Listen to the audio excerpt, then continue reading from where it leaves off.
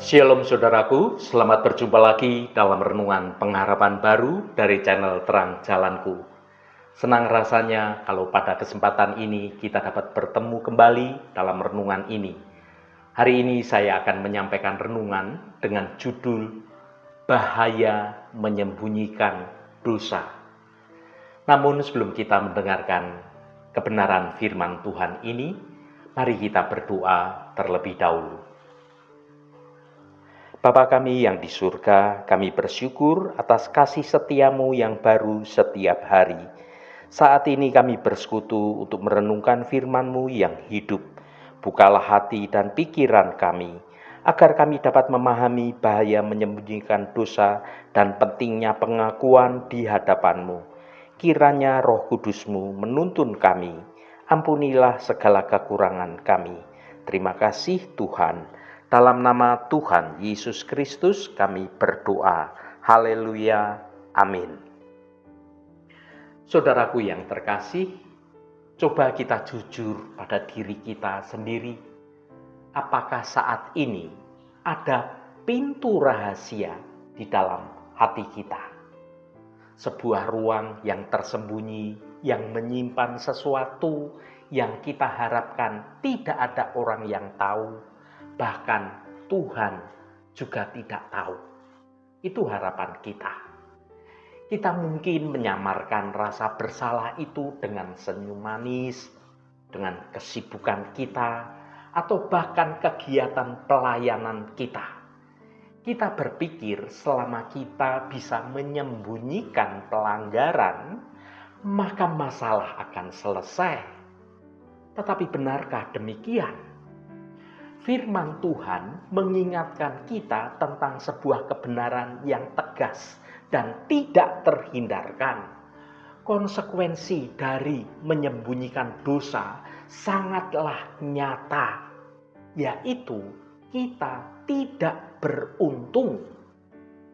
Keberuntungan yang hilang ini bukan hanya soal materi, tetapi hilangnya rasa damai sejahtera, hilangnya keintiman kita dengan Tuhan, dan hilangnya kekuatan sejati untuk dapat menjalani hidup dalam penyertaan Tuhan.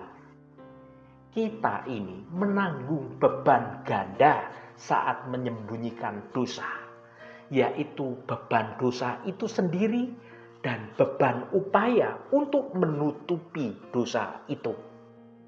Mari kita selidiki lebih dalam. Mengapa menyembunyikan dosa akan membuat kita menjadi rugi? Dan bagaimana cara kita melangkah keluar dari bayang-bayang penyesalan menuju belas kasih dan pengampunan dari Tuhan? Mari kita buka firman Tuhan dan kita baca di dalam Amsal pasal 28 ayat 13. Siapa menyembunyikan pelanggarannya tidak akan beruntung, tetapi siapa mengakuinya dan meninggalkannya akan disayangi. Saudaraku, mari kita jujur pada diri kita sendiri. Siapa di antara kita yang tidak pernah melakukan kesalahan atau tidak pernah melakukan pelanggaran? Setiap orang pasti pernah melakukannya. Dosa, entah itu kebohongan kecil, soal iri hati, atau juga kegagalan kita menepati janji yang sudah kita ucapkan, adalah bagian dari pengalaman hidup setiap manusia yang jatuh. Masalahnya, reaksi pertama kita terhadap dosa itu seringkali adalah menyembunyikannya. Kita mencoba menutupinya dengan berbagai macam alasan. Kita seolah-olah menumpuknya di bawah karpet kehidupan kita. Atau bahkan kita membangun suatu tembok pertahanan di dalam hati kita untuk menyimpan dosa itu rapat-rapat. Kita takut akan penilaian orang lain. Kita takut akan konsekuensi dari dosa itu. Atau bahkan kita takut akan pandangan Allah kepada kita. Tapi sejujurnya, mungkin menyembunyikan dari manusia bisa dilakukan. Tetapi menyembunyikan dari Tuhan, sungguh hal yang mustahil. Karena Tuhan pasti tahu serapat apapun kita menyembunyikan dosa ini. Banyak orang memakai berbagai macam topeng kehidupan, berharap tidak ada yang tahu apa yang sebenarnya terjadi di balik senyumnya yang manis itu. Namun Amsal pasal 28 ayat 13 hari ini memberikan kita suatu peringatan yang sangat tajam dan sebuah janji yang sangat indah. Peringatannya adalah, siapa menyembunyikan pelanggarannya tidak akan beruntung. Itu adalah peringatannya. Apa artinya sebenarnya tidak akan beruntung? Sebagian terjemahan yang lain berkata tidak akan berhasil, tidak akan makmur. Dalam konteks menyembunyikan dosa.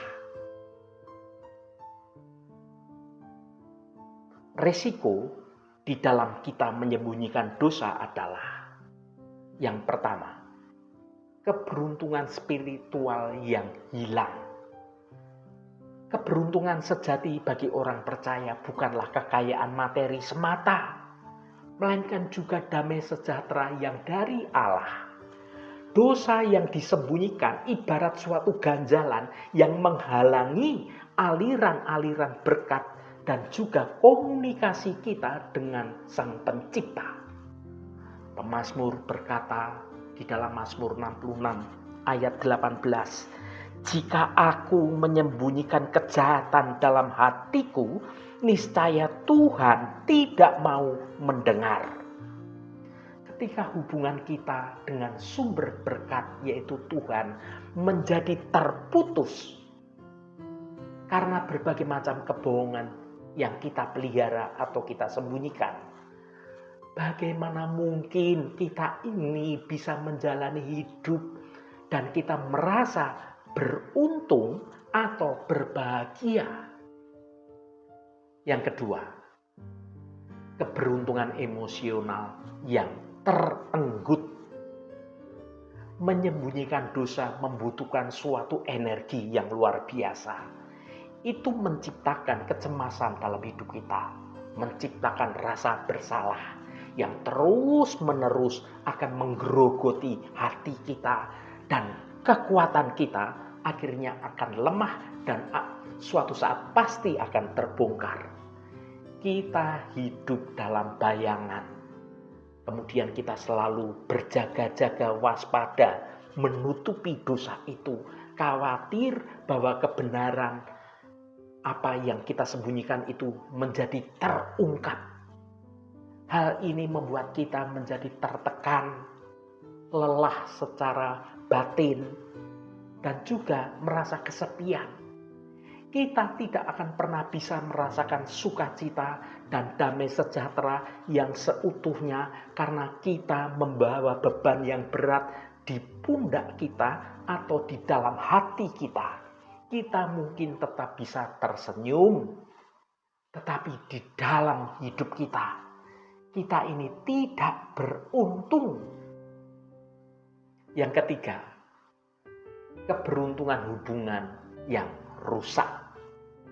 Dosa yang tersembunyi cenderung merusak hidup kita. Iya, dosa yang kita sembunyikan itu bisa meledak kapan saja, menghancurkan kepercayaan, baik itu dalam pernikahan, dalam persahabatan, atau bahkan di tempat kita bekerja.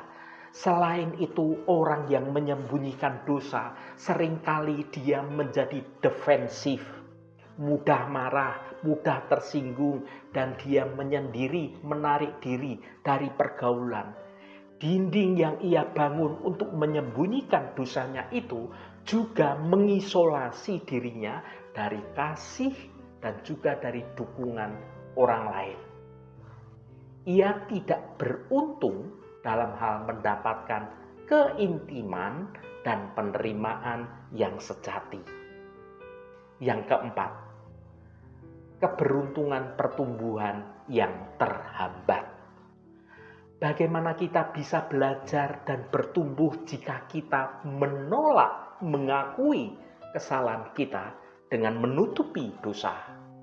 Dosa yang disembunyikan akan terus berulang karena kita tidak pernah membawanya ke dalam terang yang dapat diselesaikan di dalam terang kasih Tuhan. Kita terjebak dalam siklus yang sama. Pertumbuhan rohani, kedewasaan karakter, dan transformasi hidup seolah-olah menjadi berhenti, terhambat oleh dosa yang disembunyikan. Saudaraku yang dikasihi Tuhan, renungan ini tidak berakhir di dalam kegelapan. Ayat yang sama melanjutkan dengan sebuah janji surgawi yang memberikan harapan yang baru. Tetapi siapa mengakuinya dan meninggalkannya akan disayangi. Ini adalah kunci untuk membalikkan nasib tidak beruntung menjadi disayangi atau mendapat belas kasihan. Yang pertama, mengakui. Ada suatu pengakuan.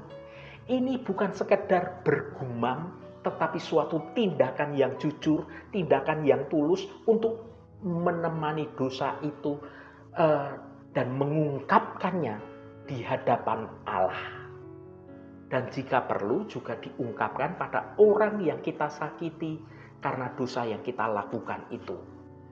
Pengakuan adalah suatu tindakan yang dapat melepaskan berbagai macam beban dan kita berhenti membela diri karena sudah kita ungkapkan. Itu adalah langkah berani yang membuka pintu kasih karunia Tuhan mengalir masuk dalam hidup kita. Yang kedua, meninggalkannya. Dalam hal ini berbicara tentang pertobatan. Pengakuan harus diikuti dengan pertobatan yang sungguh-sungguh, yaitu membalikkan arah dari jalan hidup kita. Kita berbalik pada hadirat Tuhan. Bukan hanya menyesali dosanya, tetapi kita bertekad dengan bantuan Roh Kudus untuk tidak melakukannya lagi. Ini adalah proses yang mudah diucapkan, tetapi tidak mudah untuk dilakukan. Tetapi kita harus melakukannya karena kita perlu hidup kita ini ada perubahan yang sejati. Ketika kita mampu melakukan ini dengan pertolongan Roh Kudus, janji yang kita terima adalah akan disayangi. Kita akan menerima kasih karunia yang dari Tuhan yang dapat menghapus segala hukuman.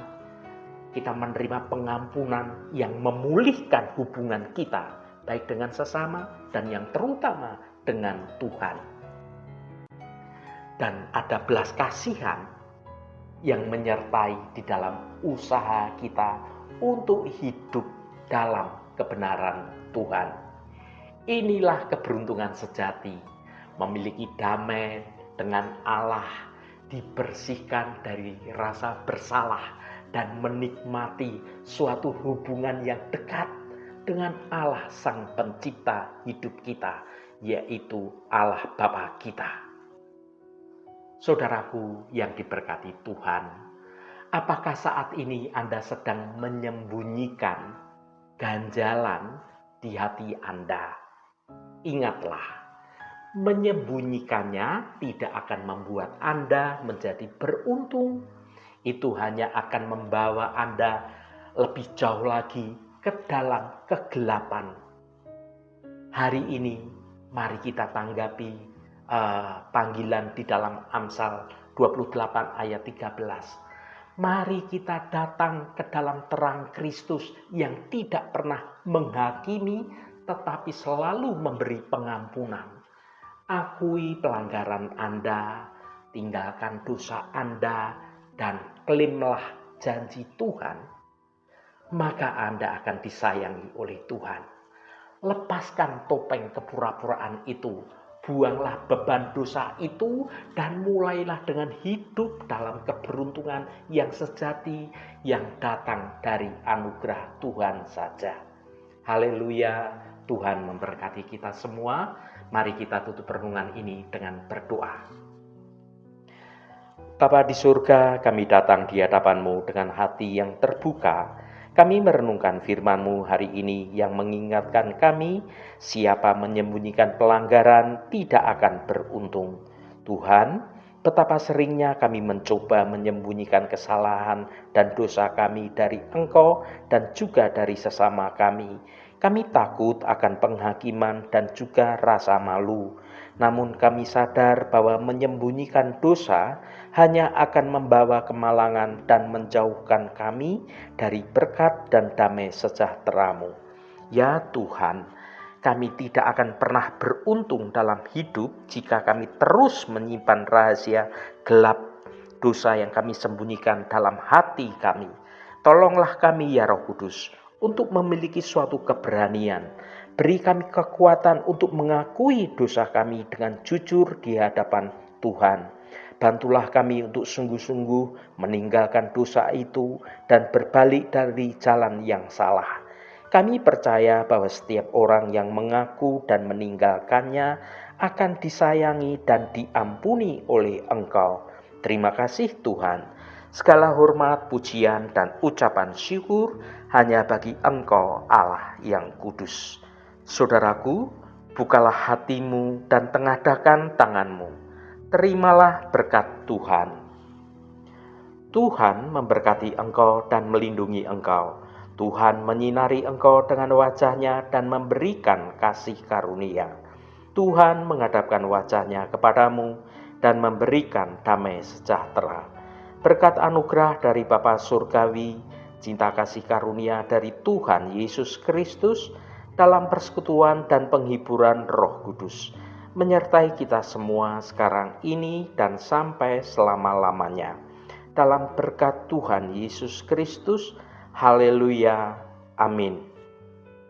Puji Tuhan saudaraku semua, biarlah melalui renungan pengharapan baru dari channel Terang Jalanku ini dapat membangun kehidupan rohani kita terus bertumbuh di dalam kebenaran Tuhan.